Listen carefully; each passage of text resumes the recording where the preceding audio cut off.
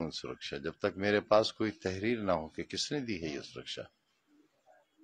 मैं कैसे भरोसा करूं कि ये खाकी वर्दी पहने और हथियार लिए हुए लोग उत्तर प्रदेश सरकार के लोग हैं। एक बात। दूसरी बात ये कि मेरे माली हालात इस वक्त ऐसे नहीं हैं कि मैं सिक्योरिटी के लिए कोई सवारी मुहैया करा सकूं। तो मैंने ये भी मैसेज कराया कि अगर आप सिक्योरिटी दे रहे हैं तो इन्हें बिठाने के लिए मेरे पास गाड़ी नहीं है।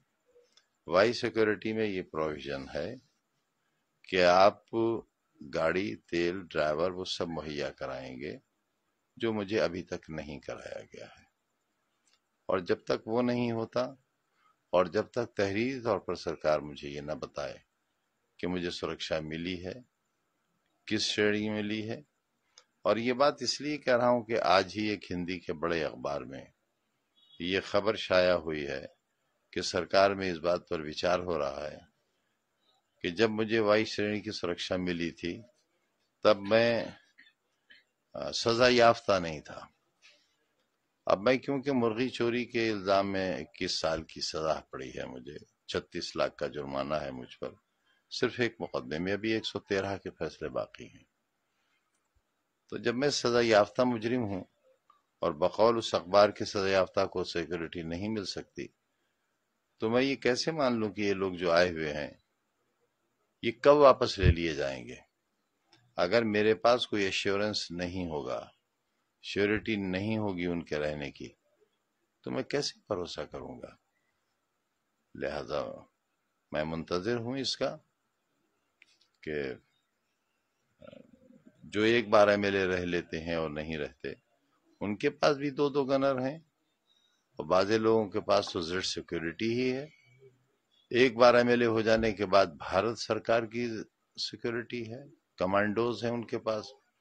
हमारे विरोधियों के पास, जिन्होंने शहर लूट लिया, आबरू लूट ली, जिन्होंने लोकतंत्र लूट लिया, सारी व्यवस्था लूट ली, उनके पास सेंट्रल गवर्नमेंट के कमांडोज हैं इस मुर्गी चोर के लिए।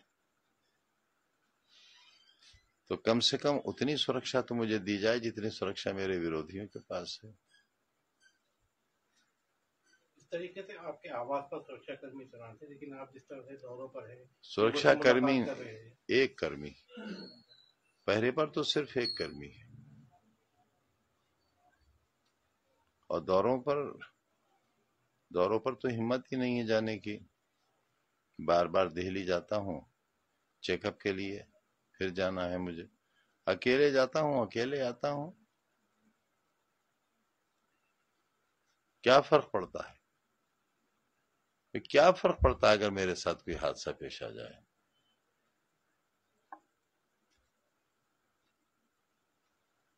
विधानसभा में कंडोलेंस हो जाएगी, एक पार्लियामेंट में हो जाएगी, कह दिया जाएगा मरहूम बहुत अच्छे आदमी थे। ये नहीं बताया जाएगा उस वक्त के चोर भी थे, वो मुर्गी चोर थे, बकरी चोर थे, भैंस चोर थे, फर्नीचर चोर थे, किताब चोर थे। उन्होंने और उनकी प्रोफेसर बीवी ने शराब की दुकान लूटी थी।